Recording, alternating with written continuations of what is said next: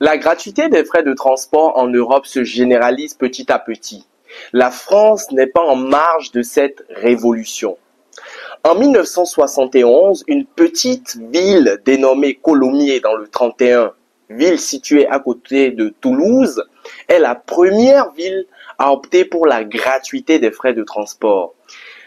À la suite de cette première ville, 45 autres villes françaises ont emboîté le pas.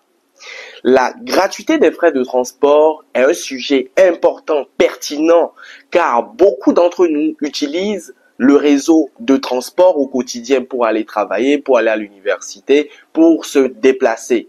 Et cela constitue un budget non négligeable, car en moyenne, en fonction de la ville dans laquelle tu te trouves, on parle d'une économie moyenne par an d'au moins 250 €, ce qui n'est pas négligeable. C'est pour cela, sans plus tarder et après le générique, je te partagerai les autres villes françaises qui optent pour la gratuité des frais de transport.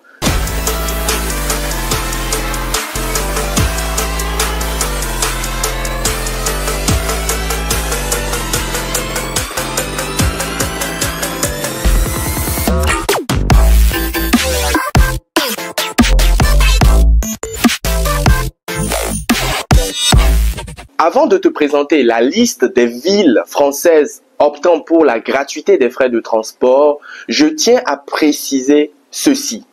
Le fonctionnement du réseau de transport repose sur 3 éléments. La billetterie, c'est-à-dire les tickets, les abonnements des usagers, le budget de la ville et le 3e élément qui est le versement mobilité, qui est une contribution versée par les entreprises de la ville et qui représente 2% de la masse salariale. Cela voudrait tout simplement dire, en supprimant la billetterie, la ville doit chercher à compenser ce manque à gagner quelque part. Et ce n'est pas toujours évident. Sans plus tarder, voici la liste des villes françaises optant pour la gratuité des frais de transport.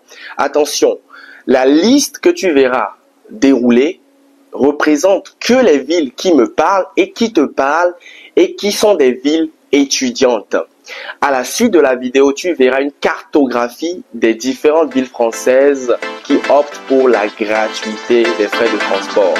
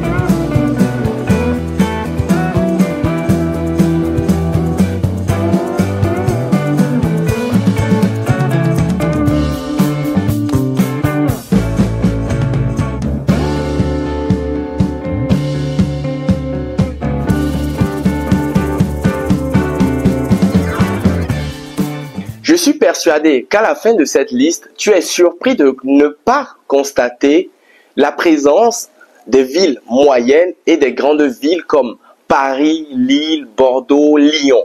Tout simplement parce que la billetterie représente dans les frais de fonctionnement entre 20 et 40%, ce qui n'est pas négligeable. Pour preuve, le manque à gagner niveau billetterie pour Paris est de 3 milliards par an, ce qui est énorme. Et il faut savoir que la billetterie, en fonction de la taille de la ville, est très variable et très importante. Donc, l'évolution se fera certainement progressive petit à petit et j'ai espoir quand je vois dans la liste que je t'ai présentée une ville comme Montpellier, qui est l'une des plus grandes villes d'Europe avec un demi-million d'habitants. J'ai espoir qu'au fil du temps, des villes comme Lille, comme Lyon, comme Paris opteront également pour la gratuité des frais de transport.